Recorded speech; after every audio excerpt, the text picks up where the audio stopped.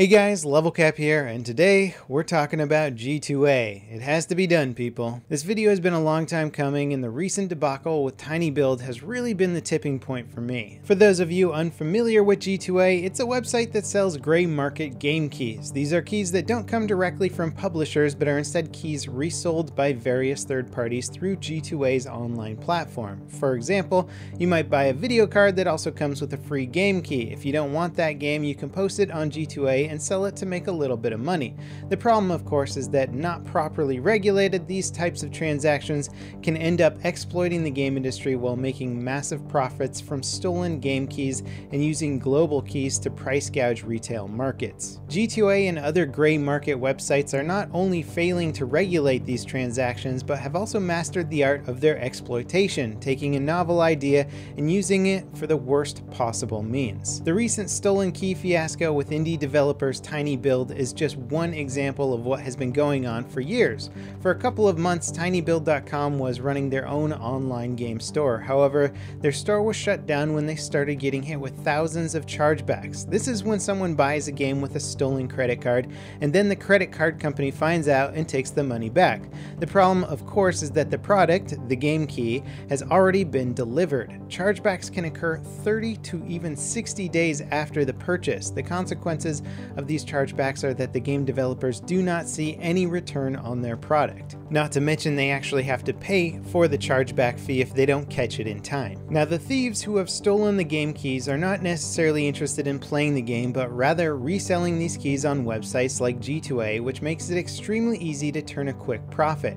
Listing the game keys for half of the retail price guarantees a very quick sale and can usually be done before the keys themselves are invalidated by the publisher. And even without a quick turnaround, many publishers don't have a system to track the keys in order to invalidate them, but in light of mounting chargeback scandals, many are implementing systems to do so. The damage that this kind of scam creates is then twofold. Game developers not only don't see a return on fraudulently purchased games which are then sold on other sites, but they also have to spend a lot of resources tracking fraudulent CD keys and canceling credit card transactions before they're hit with chargebacks, which is actually a very resource-intensive process. And unfortunately, websites like G2A have made this kind of scam so easy that it has become widespread enough to ruin smaller game companies like TinyBuild. Now, TinyBuild was able to obtain sales figure from the G2A site and found that over 26,000 copies of their games were sold at half retail price. That amounts to about $200,000 in sales of half-priced games. A very large percentage of these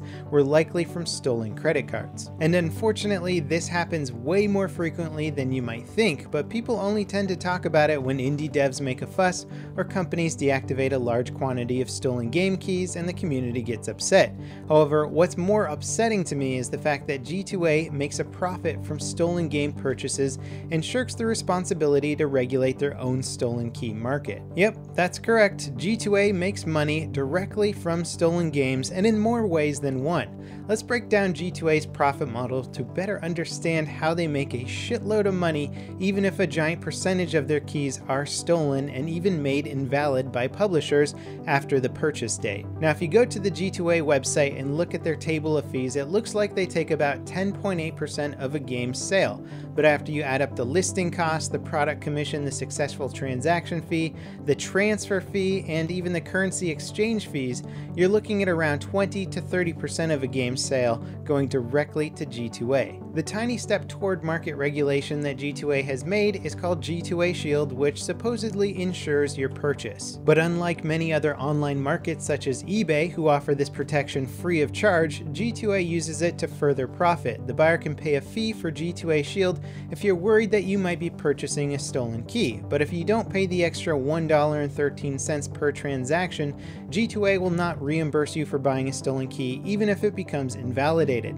That's right, they will still take their 20 to 30% of what you paid for the stolen, ultimately useless product. Furthermore, their seller agreement states that if somebody buys a CD key and then needs to get reimbursed for fraud, and G2A detects that the seller has been up to fraudulent activities, they're entitled to take all the money out of their G2A wallet account, which could be far more than the actual stolen game. So G2A can actually profit very significantly from somebody selling a stolen game key. So they're quite literally stealing money from thieves whose thievery and scamming they facilitate. It's sort of like being the getaway driver in a bank heist. Sure, you're not the guy who's directly robbing the bank, but they facilitate the getaway and are taking a cut of the money when it's over. In an example of how this plays out, the TinyBuild blog interviewed a G2A merchant who makes $3,000 to $4,000 a month from selling stolen games.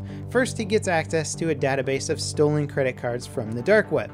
Then he goes to bundle or third-party resellers to buy a ton of cheap games and then puts them up on G2A to sell at half retail price. This is done over and over with little to no repercussions from G2A. In fact, the worst case scenario for the thief at this point is that G2A catches him and takes any money that's still in his G2A wallet. And as far as I can tell, it doesn't appear that G2A is punishing or taking legal action against any of these scamming G2A merchants other than perhaps banning some accounts or taking money out of their wallets. G2A is blatantly facilitating a fraud-fueled economy and making money from illegally sold keys. I ran some numbers based on a Twitter poll of how often people pay the extra fee to use G2A Shield. The poll indicates that 30 to 40% of people use G2A Shield when they buy games. Using that metric, even in some of the worst case scenarios, G2A can still sell upwards of 40% stolen keys and still make a profit, since they are not legally obligated to refund on illegal sales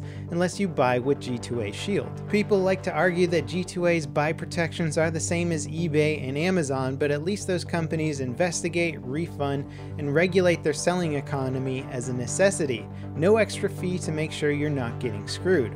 Also, sellers on G2A can have hundreds of negative feedbacks from selling invalid game keys and still be top rated. Negative feedback on eBay is usually about how long shipping took or the product wasn't identical to the picture, as opposed to invalid key or fake product comments that you're likely to find on G2A seller feedback. There's only one instance in which I can think of in which G2A did in fact refund users who didn't use Shield. This was when Ubisoft simultaneously disabled thousands of illegally purchased Far Cry 4 keys that were sold through G2A and Kinguin. There was such a big uproar from the people who unknowingly bought stolen keys that G2A's only option to save face was to refund people who specifically complained about it. Ironically, when this news story broke back in 2015, instead of channeling these complaints toward G2A's unregulated market scheme, Ubisoft took a lot of heat for canceling the keys. This resulted in Ubisoft ultimately revalidating a lot of those keys at a significant cost to the company. Now, realistically speaking, how much does this actually affect the game market? I wanted to know, so I actually got in touch with several legitimate game reseller websites, and although they requested that I keep their names anonymous, the stories shared are most likely consistent throughout the entire online retail world. One of these websites talked about a sale that they put on where they sold all 15,000 keys of a game. However, 4,297 of those keys were purchased with fraudulent credit cards. That's almost a third of the total sales. Another retailer said when they sold $60,000 worth of keys, 14,000 of it was fraud, plus they got hit with $1,800 in chargeback fees. A really scary aspect of this is if retailers aren't fast enough to figure out which cards are fraudulent, the chargeback fees can actually be even higher than their sales figures. One of the same retailers said, and I quote, "3/4 of my team's #1 priority is to battle the fraud made possible by sites like G2A." And sure, these sites aren't directly stealing the games themselves, but you have to wonder, would people be stealing 4,000, 5,000 keys if they didn't have websites where they could easily and immediately turn a profit? Also, when legitimate retailers are given game keys to sell for a discounted rate, it's usually a limited number of keys. So when they sell out of their keys only to find out later that almost a third of those sales are fraudulent, they're basically limiting the number of legitimate gamers who would have been able to buy the game and play their games at the reduced sales price. Not to mention, it cuts into into their sales figures drastically. Many of these game sales come from indie titles where losing a third of their profit or possibly more can have dire impacts on the future of their game development. As a gamer myself, I feel it's my responsibility to discourage people from using gray market key resellers such as G2A. By using them, you actively promote a business model that profits through thievery, disregards regional pricing, and will ultimately significantly obstruct game development, especially at the indie level. But how do we convince the gamer with only $5 in their pocket not to buy the $5 gray market game and instead save up to buy the verified retail price at $10? It's not an easy argument, and excusing the negative impacts of gray markets is easier to justify when you don't have a lot of income. I think a lot of change can be made by learning about how G2A hurts developers and gamers alike, but also changing the community mentality. I think many people see G2A as sort of like a Robin Hood company, robbing from the rich game developers and giving to the poor gamers. Sadly, it's much closer to robbing from the poor game developers and giving to the poor gamers while getting rich off of the robbery transaction fees. Others have defended G2A by comparing it to a pawn shop. The analogy being, if people rob houses and then sell the goods to a pawn shop, the shop is not ethically wrong for selling those goods if they didn't know they were stolen. This is a very misleading analogy for several reasons. First, since the houses are commonly insured, the owners are not completely devastated. Next, the house robbery hasn't upset a global gaming market. And finally, pawn shops require identification from sellers and operate under strict rules to avoid corruption and reselling of stolen goods. Plus, they have to give stolen goods over to the authorities when caught. G2A is a global pawn shop that outsells retailers, has a well-documented history of selling stolen goods, is exempt from having to return stolen goods when caught, and allows the robbers to repeatedly commit their crimes on their store. It blows my mind that legal action has not already been taken against them. So what can we, the gaming community, do to discourage sites like G2A? First, don't be quiet about it. Just as I imagine there will be some heated debates in the comment section of this video, make sure that debate carries elsewhere. You all have voices, make sure the right people hear you. Aside from just telling your friends, you can tell influential members of the gaming community who support G2A. I'm not proud to admit it, but last year I was briefly sponsored by G2A. I didn't do any research on the company, I just saw bigger YouTubers like PewDiePie were sponsored, so I figured they were probably an alright company to work with. Thankfully, the Ubisoft Far Cry key debacle happened not too long afterward, and many of my subscribers asked me not to support G2A. It prompted me to really do my research, and when I found out more about them, I backed out of my contract. The problem, of course, was my own ignorance, but it was aided by the strength in numbers mentality. Look at this list of G2A supporters. They have the biggest YouTubers and Twitch streamers locked into sponsorships. When you see PewDiePie, Ali-A, and Lyric up there supporting G2A, without question, it gives a sense of trust in the brand. G2A has been very good about maintaining their brand image, and a lot of that has to do with butting up to the big guys. This involves huge contracts with some of the biggest influencers who can make well over $500,000 per year from the sales they generate on G2A using their coupon codes, not to mention the fixed contract amount. In addition to that, indie developers and big name publishers can take a stand against G2A as well. Ubisoft and EA have both canceled many stolen keys that have been sold on G2A or other key selling sites, yet as companies they work with and support community members who promote G2A. I call on all publishers to take a stronger stand against working with esports teams or YouTube/Twitch streamers who support a platform that facilitates game theft. Let them know that if they want to work with you on promotional opportunities or sponsorships, they will need to drop their G2A sponsors. The same goes for any other game developers. Are you sponsoring partners actively encouraging their fans to buy your games from gray market resellers?